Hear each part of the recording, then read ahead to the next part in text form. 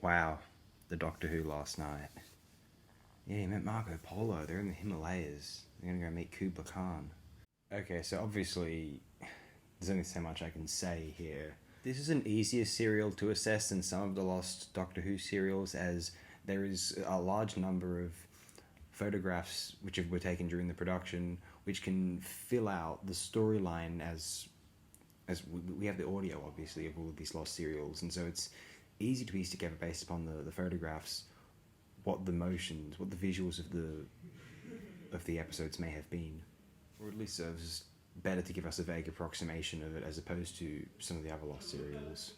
I sincerely think that if Marco Polo were not lost and had been available to us over the years and there was no mystique around it, I suspect it would still be considered a very good serial and one of the better historicals of the classic Doctor era.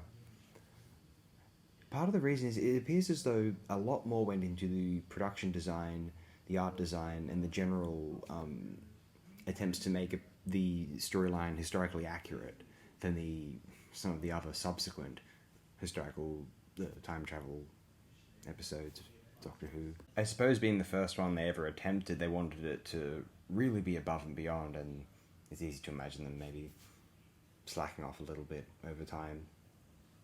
Maybe. This is also the first Doctor Who episode, except for, or since maybe the very first entry of An Unearthly Child, to feature a somewhat comedic tone, which had become a vague staple of the classic run, and certainly of the newer program. John Lucarotti's script was very well researched. He'd been the deviser of a radio program, an educational radio documentary on Marco Polo in the late 1950s, and I believe it was Sidney Newman himself who recruited Lucarotti to pen the Marco Polo serial for Doctor Who.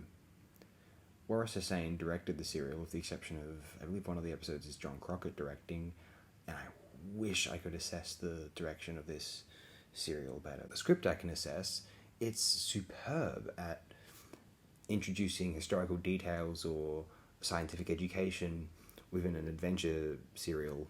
For example, Ian Chesterton explaining why the footprint appears to be larger than it would to Susan at the start. It looks like it makes kind of a disappointing one. The cliffhanger at the end of Edge of Destruction Part 2 is like this big Yeti footprint.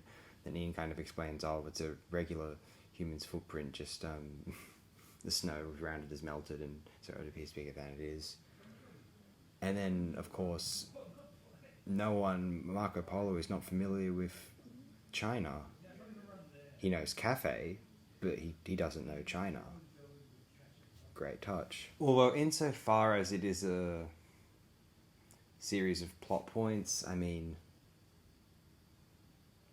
we're not sure whether this is meant to be kind of a serious kind of tense drama or kind of a Carry-On-esque, comic caper without the bawdiness. Whilst I love and I find very, very entertaining William Hartnell's panicked laughter at the end of the episode, I can't help but think that, and again, this comes back to this being the first kind of comedy Doctor Who episode with a degree of humour consistently flowing through it, or at least through a significant portion of it, notable portion of it. I wonder if this was a screenplay that was just kind of with drama and character interactions kind of just built around historical factoids. The answer is yes. I don't think this is a bad thing, I just think it is worth pointing out. John Lucarotti did a good job at doing this in any case. But that's just me trying to think of things to say about a serial a serial episode and a serial I cannot truly assess because it is lost. There's only the audio and production stills.